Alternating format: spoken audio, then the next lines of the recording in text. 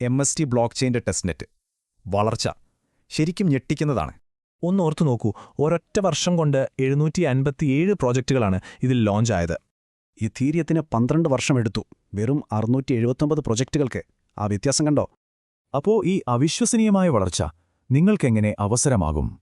ഇതൊരു വെറും കണക്കല്ല കേട്ടോ, ഇത് ശരിക്കും സമയത്തിന് വിലയുള്ള ഒരു അവസരമാണ്. കാരണം MSTയുടെ രീതി കമ്മ്യൂണിറ്റി ഫസ്റ്റ്-ആണ്. ആദ്യ പരിഗണന ആദ്യകാല അംഗങ്ങൾക്കാണ്. പക്ഷേ ഒരു കാര്യമുണ്ട്, കമ്മ്യൂണിറ്റിയിലെ എല്ലാ പൊസിഷൻസും ഒരുപോലെയല്ല. 2 തട്ടുകളുണ്ട്, ലെജൻഡ്സ് പിന്നെ വാരിയർ ക്ലബ്ബ്. ഇതിൽ ലെജൻഡ്സിനാണ് ഏറ്റവും മുൻഗണന. നിങ്ങളുടെ ടീമിൽ ഒരു 20 പേരെ കൊണ്ടുവന്നാൽ ബ്ലോക്ക് ചെയിനിൽ വലിയ നേട്ടങ്ങൾ സ്വന്തമാക്കാം. ഇതിന്റെ പിന്നിലെ ലക്ഷ്യം പണമല്ല, പരമാവധി ആളുകളിലേക്ക് ഈ ടെക്നോളജി എത്തിക്കുക എന്നതാണ്. ഈ പ്രൊജക്റ്റിലുള്ള ആത്മവിശ്വാസം എത്ര വലുതാണെന്ന് നോക്കൂ. അതുകൊണ്ടാണിങ്ങനെ പറയുന്നത്. അപ്പോ എന്താണ് ഈ ടെസ്റ്റ്നെറ്റ്? ശരിക്കും ഇത് ഫൈനൽ ലോഞ്ചിന് മുൻപുള്ള ഒരു ടെസ്റ്റിംഗ് സ്റ്റേജാണ്.